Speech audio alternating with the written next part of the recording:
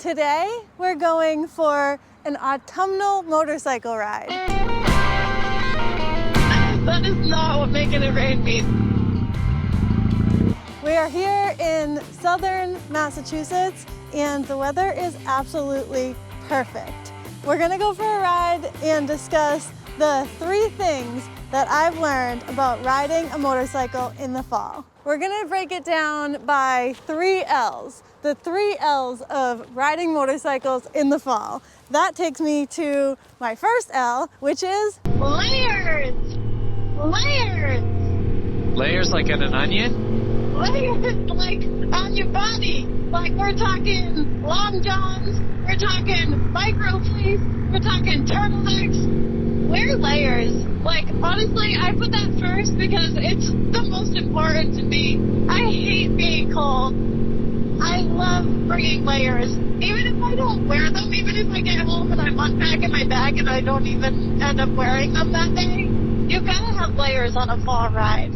Because you head out on a day like this and it's beautiful and the sun is shining and you're like, oh my god, it feels like it's 80 degrees.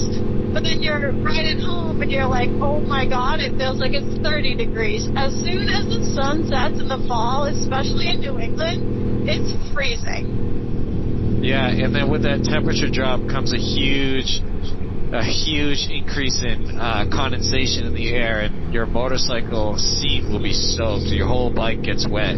Oh, just good from the sun point. setting. So on top of layers, I'd say if you're not even just an extra t-shirt that you might not wear, but you can use as a rag if you need to wipe your bike down before you get on it to ride home from wherever you are, because there's nothing worse than a wet booty when it's cold out.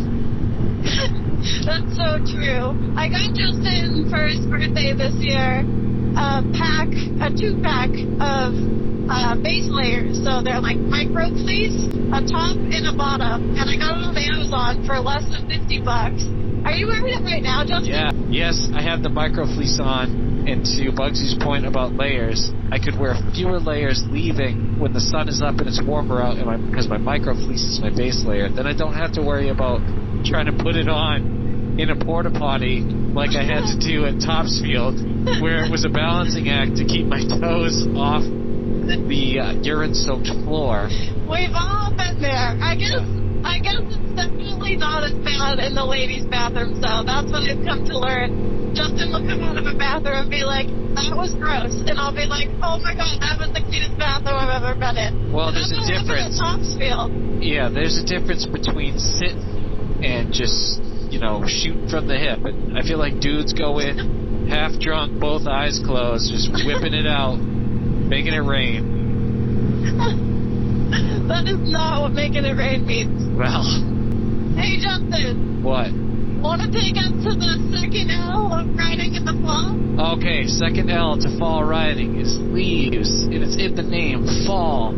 All these pretty leaves fall from the trees, and they'll usually be covering corners of the roads where people are riding cars and motorcycles less when it's colder. People aren't going out to do stuff as much, so the roads actually kind of sit untreated. Or you can see all these acorns too, all this stuff in the shoulder here.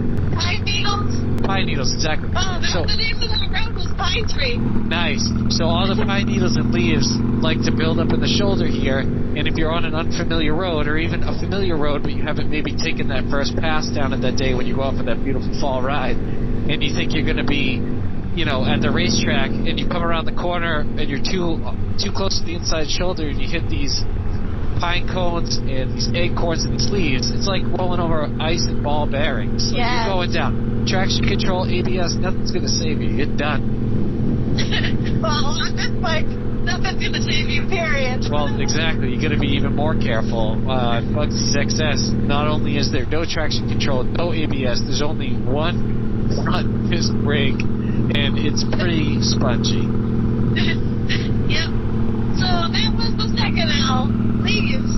That brings us to the third and final L, which is less bikes on the road.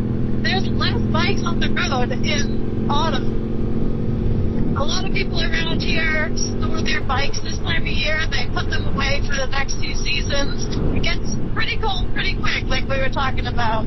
So there's less of us on the road. People in cars are not as used to seeing motorcyclists.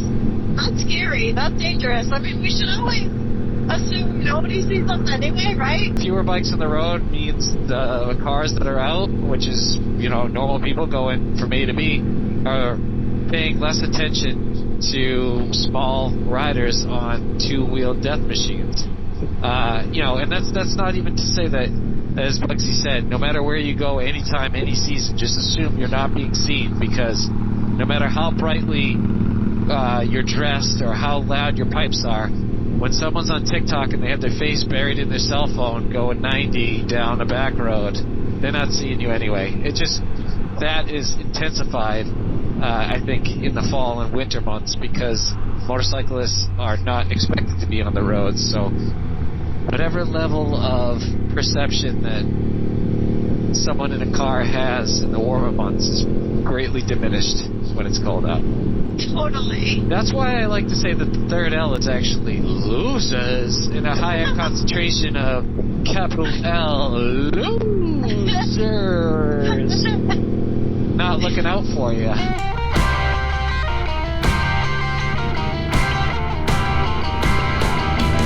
Wrap her up.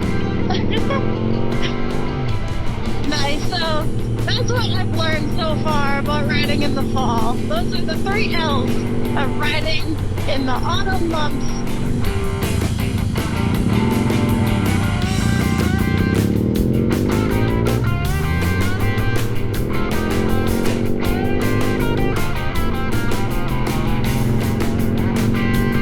So that was the 3 L's of riding in the fall. Justin and I always have fun making content, especially stuff like this. So definitely let us know what you think of videos like this. Let us know if you think we missed anything about riding in the fall, wherever you are. Let us know. We love to hear from you. Sick. Bye.